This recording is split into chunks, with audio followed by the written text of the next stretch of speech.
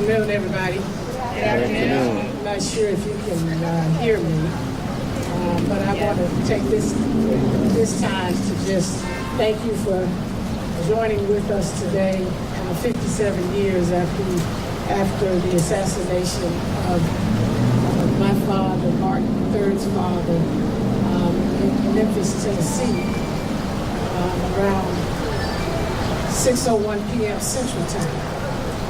And every year we take a moment to pause and to reflect on that moment, not so much on what happened, but we take a moment to remember the extraordinary work that Martin Luther King Jr.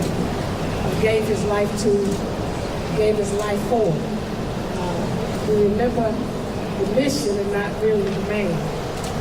We think about not who killed him, but what killed him.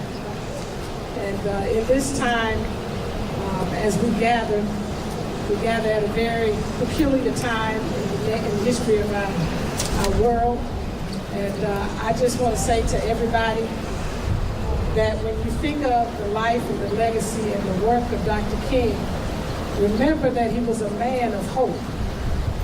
He came into time when there were things happening in the black community that the black community had been trying over and over again to address and deal with. And there was a lot of progress being made, but we still haven't broken the back of some things in the South. Legalized segregation, the jure as they call it. And God gifted him to this earth with a message about love in action. Christian love in action in specific, which later became known as Kingian nonviolence, or nonviolence, with 6 principles and 6 steps. You saw those when you came on the campus, which are all very spiritual principles. And it's about the work that we are doing every day here at the King Center and helping people to navigate through those principles and the steps of nonviolence. Because if we're going to create a just, humane, equitable, and peaceful world, a world where all share in the resources and the wealth of the earth, then we need a philosophical and a methodological way to do that. And Dr. King provided us with those. And so as we gather today, let us remember that legacy of nonviolence. Let us realize that in spite of what's happening, we come from some incredible ancestors around this world. There are generations before us that fought some very difficult things, that dealt with some very evil and wicked things, some unjust things. And we come from them. They are part of our DNA. And we have the capacity to face and deal with anything that is before us. And so I just want to challenge us to recognize that to do it, we have to be grounded in unconditional love. That was the way of Martin Luther King Jr. That was the way of his faith. Jesus Christ, who he followed, taught us to love your enemies and bless them that curse you, and to good to them that hate you, to pray for them that despitefully use you and persecute you. And we need more of that kind of love, not dismissing injustice, but a love that gives us the capacity to pull people in and pull people up, and to expose wherever the injustice is, so that we have the power and the strength to fight it and defeat it, and not defeat the people and destroy the people in the process. Because at the end of the day, we live on this earth together in a place, the world house, as my father called it. We're interconnected, we're interrelated, we're interdependent. As he said, we're caught in an inescapable network of mutuality tied in a single garment of destiny. And what affects one directly affects all indirectly. And I, Bernice, cannot be all that you ought to be until I am what I ought to be, and to you are what you ought to be. And I cannot be what I ought to be until you are who you ought to be. And so we have the way, we have the means, we have the spiritual strength to address the injustices and equity in our world, but more importantly, not just to be against something, but we have the power to forge forth and to create what he called the beloved community. So thank you for joining us today on this wreath laying. And I want to take a moment before we ask you to join us together in song and in prayer, because I think it's always important that we make connections, that people understand that Martin Luther King Jr. didn't come out of the sky. He came through a family and a bloodline. He had siblings. He had parents, because some people think he's a superhero. But Martin Luther King was like so many of us. He grew up just up the street.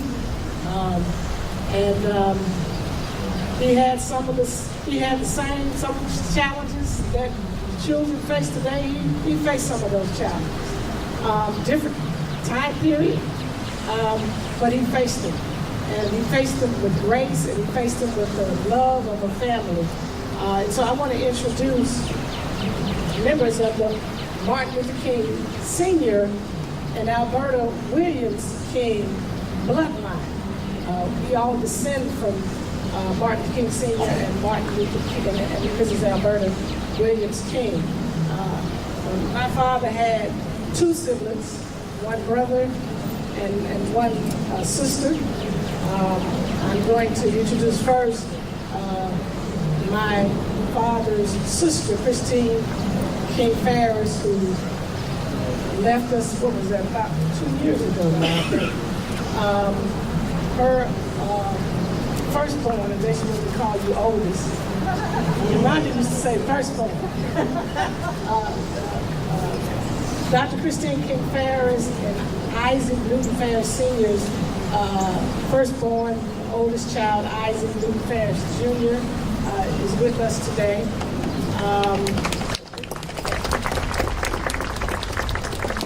His sister is on the way, Dr. Angela Ferris Watkins, and I'm not sure if her daughter Ferris Watkins is coming, so the generations continue. Then I want to introduce you to members of my father's brother, who worked alongside of my father in the movement as a part of the SCLC. He was a minister himself. He co-pastored Ebenezer after my father was assassinated. He unfortunately, mysteriously ended up in his pool, in the home, at his home, dead. We believe some foul play was there. But nonetheless, he was also a champion of nonviolent social change. Their home was bombed. The children that are here today, their offspring, were in that home. And so we thank God for his divine protection and favor at that time as he continues to divinely protect all of us. So I want to introduce the oldest of AD is Alfred Daniel Williams King. And Dr. Naomi Ruth Barbara King. The oldest firstborn, Alveda King. Now, after they unfortunately lost 3 of their siblings. And so Derek King, I believe, was the 3rd born. Is that correct? Right in the middle. Derek Reverend Derek Barber King Sr. And then I want to introduce our next generation. Well, it's the 5th generation, but it's the next generation. The generation after us. And then we make sure I'm right on that. So let me introduce Alveda's children.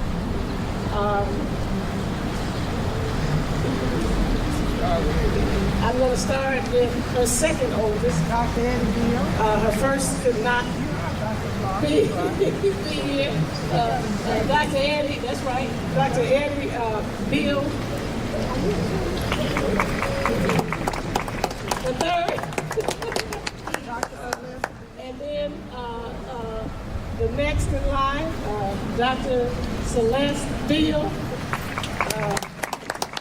All 3 of us have some have Juris Doctorates or Doctors of Law. And then I want to introduce Jennifer Fields, Sergeant Fields, and her, I'll get to it, and her husband, Sergeant Rodney Fields. And then I want to introduce Jennifer and the sergeants, 2 offspring, Grace, the youngest.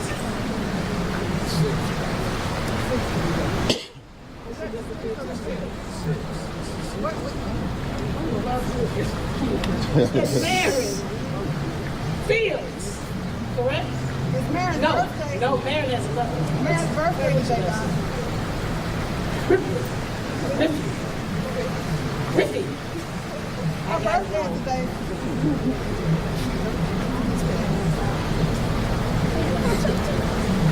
Rippy, okay. She's and let's wish her a happy birthday on this day. And then Derek Barber King Sr. Has 2 sons, Derek Barber King II or Jr. And his other son is Cal King. Officer Cal King. And so I wanted to, I think it's important for people to know who the King family is.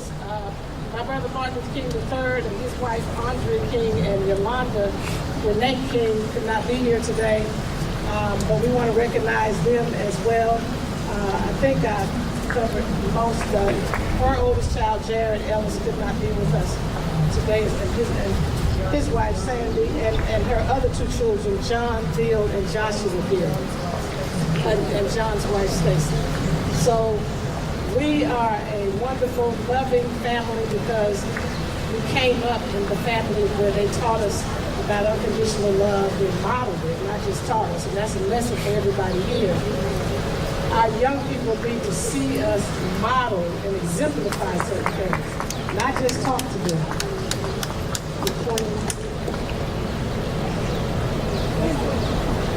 Is that Angela? Okay.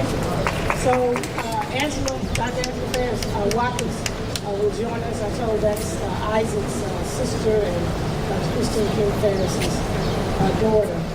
And so again, thank you all for being with us here today. It's a solemn moment, but it's also a moment of hope.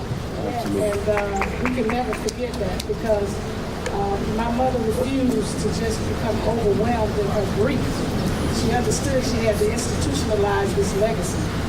And so we thank God that she, along with members of the family, her sister-in-law, we didn't use that term, but sisters and brother and my grandfather, Daddy King, Big Mama, all of us became a part of this institution that we call the Martin Luther King Center for Nonviolent Social Change, the King Center.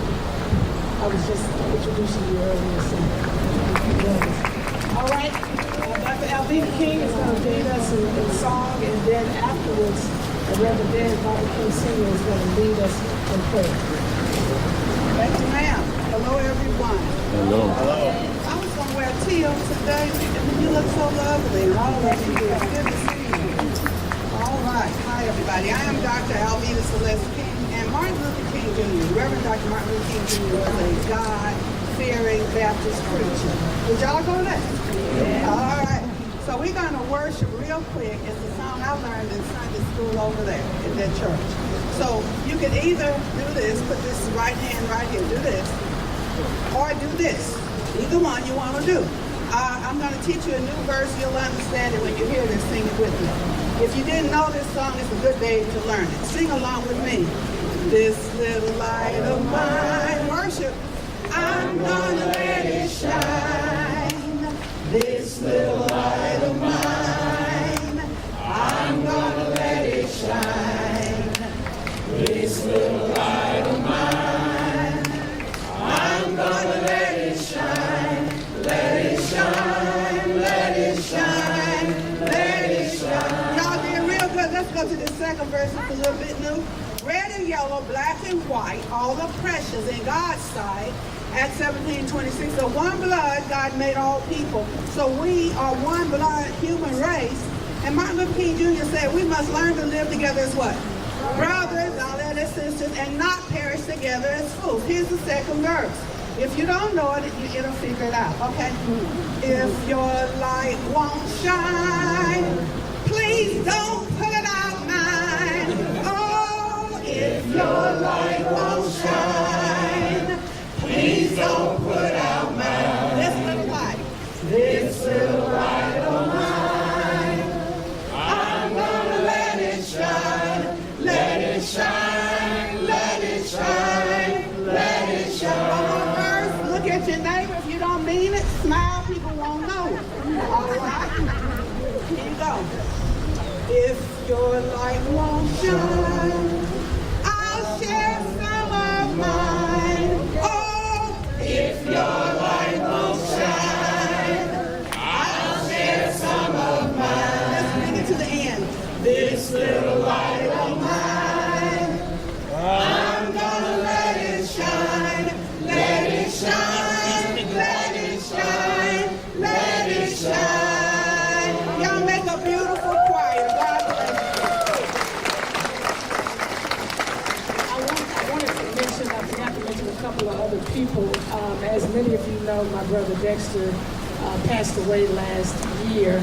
And I wanted to also acknowledge she's not with us here today. His wife, I don't like using widow, Alveda King, who could not be with us here today. And then I want to acknowledge the wife, I don't like saying widow, but the wife of the late Reverend Vernon King, Robin King, and her two daughters, Victoria and Venus, who live, I believe, between North Carolina and in D.C. Right. Okay. Any praying people out there? Yes, sir. Is that all? I ask one more time, any praying people out there? Yes, sir. In the tradition of the black church, we have advocated that prayer changes things. Absolutely. And if you are in a situation that requires prayer,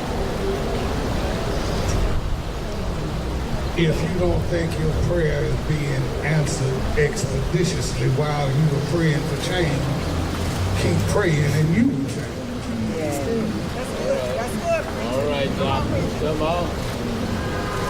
I'm of the opinion that our country and our world needs prayer. Absolutely. I'm not going to politicize this prayer. But you ought to keep a pair of knee pads. Because we are taught to pray always and without ceasing. And sometimes when you pray right and pray long enough, you can get happy in your prayer. Because you know the answer is on the way. God, we come before you as a rainbow collage of people. You've given us so much. Sometimes you give us things that we don't even deserve. But that's the kind of God you are. One of your greatest gifts is the gift of memory and sound mind. 57 years ago,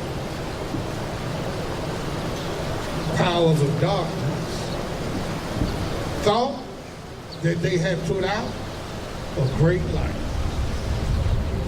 But what they did was release that light into the cosmos. Under the gift and in the gift of remembrance and recollection, here we now stand. It was 57 years ago, but we have not forgotten. And as long as we have minds that are clear,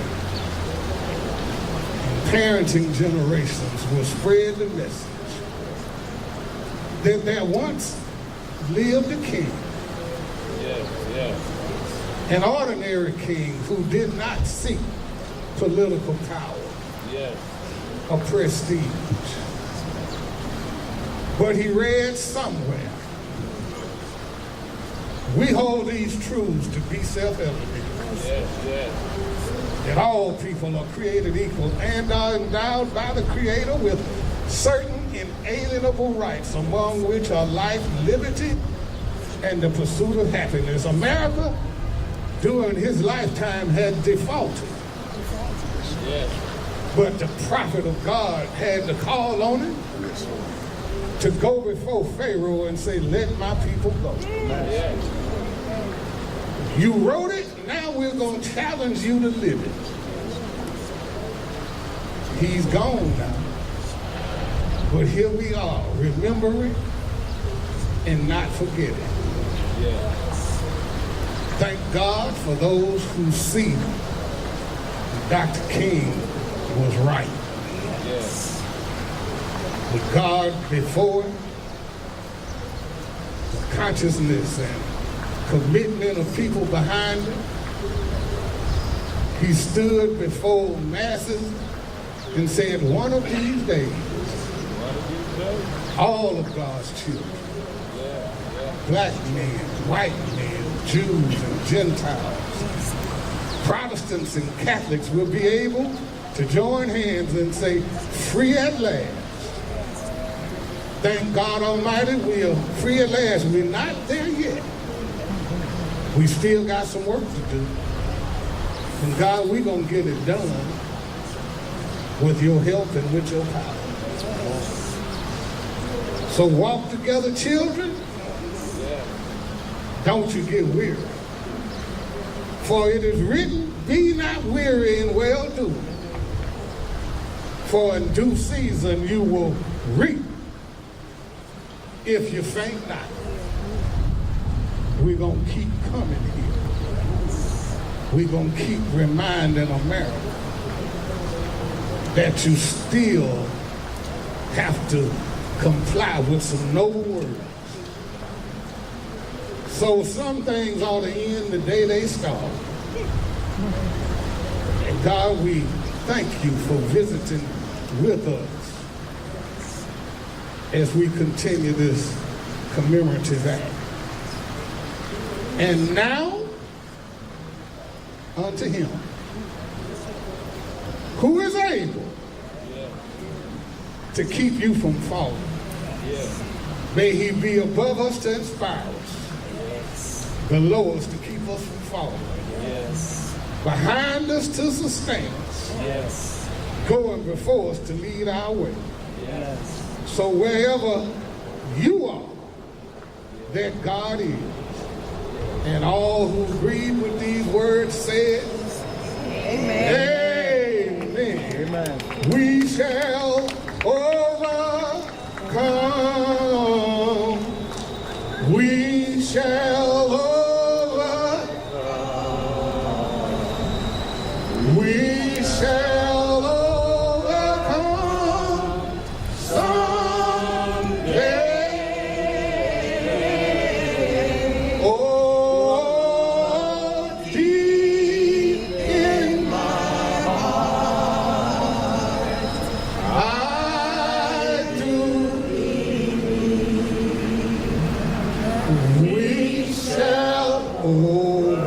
Overcome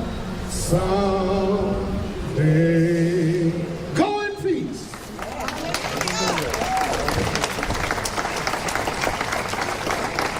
Before we leave, I wanted to acknowledge Ferris Watkins, the daughter of Dr. Angela Ferris Watkins, and leave you with the words of my mother. She said, struggle is a never-ending process.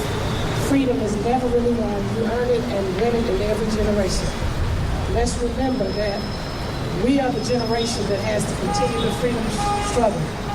And so find your place so that you can not falter on advancing freedom, justice, and democracy.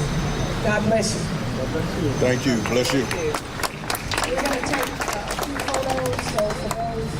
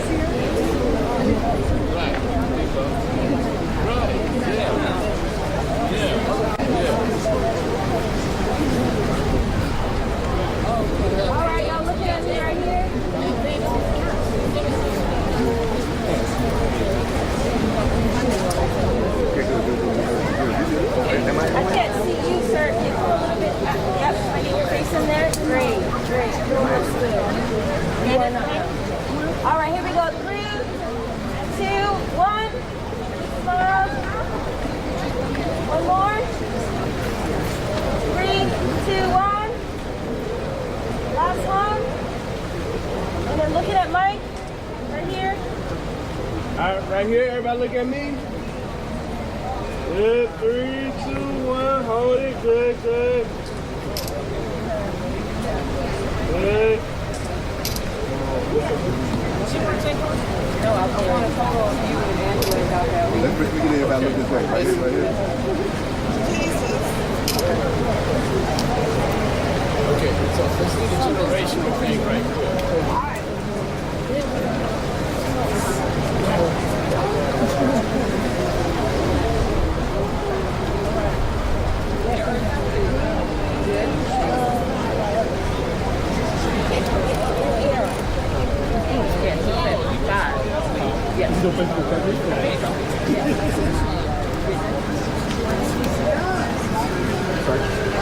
All right, y'all looking good. Again, a little bit of space so I can see you in the back. Perfect. And then phones behind in your back if you have them in your hand. Yes, we're doing it over there, right? Yes. All right, 3, 2, 1.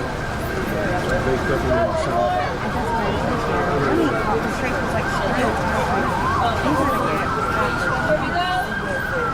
Okay, we're gonna have everyone looking at the wreath. Perfect.